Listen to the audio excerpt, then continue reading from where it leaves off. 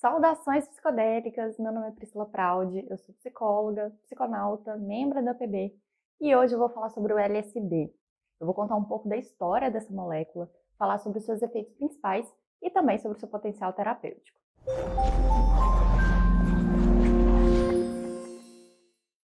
O LSD é sintetizado a partir de um fungo que dá no trigo, o ergot, e há um registro histórico desse fungo. Os gregos, por exemplo, utilizavam compostos com ergot nos ritos dos mistérios de Eleusis, o que demonstra que os seus efeitos psicoativos eram conhecidos e apreciados. Essa é só uma das muitas evidências de que o uso de substâncias expansoras de consciência para fins ritualísticos, religiosos, espirituais de cura é conhecido há milhares de anos. Mas foi em 1938, no dia 16 de novembro, que o químico suíço Albert Hofmann sintetizou o LSD pela primeira vez, num esforço para desenvolver uma substância capaz de reduzir a hemorragia pós-parto. Mas ela não foi útil para esses fins e foi colocada de lado. Nesse momento, o seu potencial psicoativo ainda não era conhecido. Mas em 1943, o Hofmann teve uma curiosa vontade de investigar novamente aquela molécula e acidentalmente ele entrou em contato com uma pequena dose. Ele ficou muito intrigado com os efeitos psicoativos que ele percebeu e 3 dias depois, em 19 de abril, ele repetiu a experiência com uma dosagem que ele achava que seria conservadora, 250 microgramas, mas que para o LSD já é uma dosagem bem considerável. Ele se assustou, pediu ajuda para a secretária para voltar para casa e ela o levou em cima de uma bicicleta, já que esse era o único meio de transporte disponível para eles que estavam ali no contexto de guerra.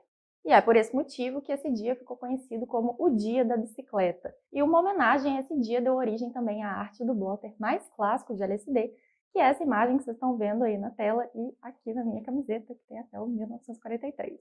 O LSD é um dos psicodélicos clássicos mais potentes disponíveis, com doses ativas a partir de 100, 150 microgramas por dose, e a duração dos efeitos costuma variar entre 6 a 9 horas, mas pode durar até 10, 12 horas, dependendo da dose, da tolerância, do peso e da idade da pessoa. Os efeitos incluem aumento da percepção sensorial, com distorções no tamanho, na forma de objetos, movimentos, cores, sons, o toque também fica mais sensível, e é muito comum um relato de sinestesia e imagens mentais aprimoradas.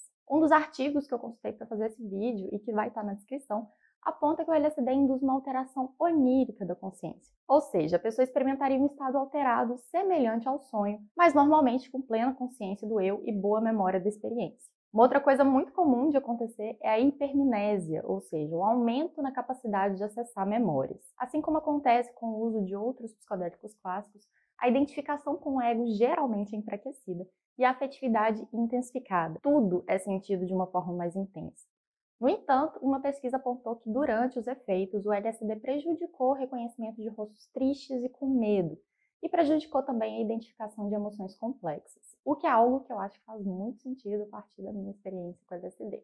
Os pensamentos costumam se tornar mais acelerados, existe uma ampliação também nas possibilidades de associações e interpretações, e também uma possibilidade de alterar a atribuição de significados a objetos e relacionamentos. Olha que interessante isso.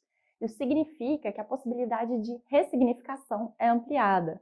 Ou seja, isso para a terapia é uma riqueza absurda. Em resumo, o estado lisérgico poderia ser comparado a um devaneio, mas com maior afetividade e com maior acesso a pensamentos, associações, sentimentos e processos internos, que geralmente são excluídos da consciência. Assim como os outros psicodélicos clássicos, alguns indivíduos relatam experiências profundamente tocantes, de pico emocional ou mesmo religiosas místicas, que também tem um enorme potencial transformador. Em relação às mudanças nas redes neurais, o funcionamento é bastante semelhante ao que já foi descrito também com a psilocibina. A atividade da rede de modo neural padrão, que é essencial para a regulação do humor, para o senso de ego, de autorreferência, é reduzida. E o que significa dissolver essa rede? Significa afrouxar a cognição e ampliar o repertório de conectividade cerebral para muito além do que a gente experimenta na consciência de vigília ordinária, né? Essa consciência do ego, do dia a dia. E isso muda a experiência que a gente tem do eu, né? O que contribui para a mudança de perspectiva. Em relação aos receptores, ele tem alta afinidade com os receptores serotoninérgicos 5-HT, principalmente o 5-HT2A. Sobre a segurança, é importante dizer que o LSD tem baixíssima toxicidade fisiológica, mesmo em doses muito altas. e não existe qualquer evidência de dano orgânico ou de déficit neuropsicológico associado ao uso. O uso recreativo também não implica em dependência física, não existe, por exemplo, uma síndrome de abstinência do LSD, e o seu uso prolongado leva à tolerância, ou seja, se a pessoa usar demais, ela vai deixar de ter os efeitos que busca. Da mesma forma que os outros psicodélicos clássicos, os riscos do uso do LSD estão relacionados principalmente a fatores como 7-7, ou seja, eles estão mais relacionados a questões da saúde mental da pessoa e a falta de segurança ou de conforto do ambiente, né? Um ambiente inadequado, aversivo, enfim. Importante alertar, apesar do uso ser seguro fisiologicamente, há riscos psicológicos que podem trazer consequências graves para a saúde mental caso o uso seja feito de forma imprudente. Por isso, a gente recomenda cautela e, sempre que necessário e possível, buscar auxílio profissional. Lembrando que para algumas pessoas atualmente o uso de psicodélicos não é indicado, como as pessoas com histórico pessoal e familiar de condições de saúde mental como esquizofrenia, transtornos psicóticos e transtorno bipolar. Ao final dos anos 40, os efeitos psicoativos do LSD já haviam chamado a atenção de cientistas, psicoterapeutas e psiquiatras pelo seu potencial terapêutico. E na década de 50 ele chegou a ser comercializado pelos laboratórios Sandoz sob a marca Delicide, tendo sido utilizado em vários departamentos psiquiátricos na Europa e nos Estados Unidos. São mais de 1000 relatórios publicados sobre o LSD e ele tem sido uma ferramenta muito importante na neurociência.